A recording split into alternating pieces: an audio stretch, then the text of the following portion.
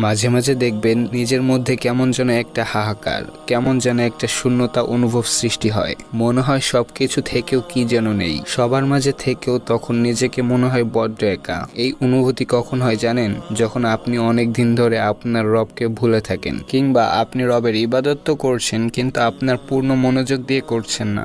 যখন আপনার রাত দিন পার করছেন নিদার এক উদাসীনতায়। প্রকৃতপক্ষে আমাদের সবার হৃদয়ে একটি অপূর্ণতা, একটি শূন্যতা রয়েছে, যে শূন্যতা আল্লাহ ছাড়া দুনিয়ার অন্য কিছু দ্বারা পূর্ণ করা সম্ভব নয়। তাই নিজের এই অসহায়ত্বের করুণ অবস্থায় আল্লাহর কাছে নিজেকে পরিপূর্ণ সঁপে দিন। যেভাবে সম্ভব নীরবে ফুপিয়ে অথবা হাউমাউ করে আল্লাহর দরবারে ইচ্ছা মতো কাঁদুন। আপনার রবের কাছে আপনার চোখের পানি অনেক মূল্যবান। আপনি তো জানেনই আল্লাহ তার পাপিষ্ঠ বান্দাদের শাস্তি দেওয়ার জন্য জাহান্নাম সৃষ্টি করেছেন, আর এই জাহান্নামে রয়েছে ভয়ঙ্কর আগুন, যা বান্দার কলিজা পর্যন্ত ভেদ করে ফেলবে। আর এই আগুনকে দুনিয়ার সাগর, উপসাগর, মহাসাগর সবকিছু দিয়ে নিভানো সম্ভব না হলেও আপনার এক ফোঁটা চোখের পানি এই আগুন নিভাতে সক্ষম। সুবহানাল্লাহ, আমাদের রব আমাদের চোখের পানি কতটা ভালোবাসেন আমরা কি কখনো কল্পনা করে দেখেছি? তাই দুনিয়ার খারাপ লাগা, কষ্টকর, বেদনাদায়ক মুহূর্তগুলো যেন আমরা গান শোনা, মুভি, সিনেমা দেখা, কারোর সাথে শেয়ার করাই, এগুলোর পরিবর্তে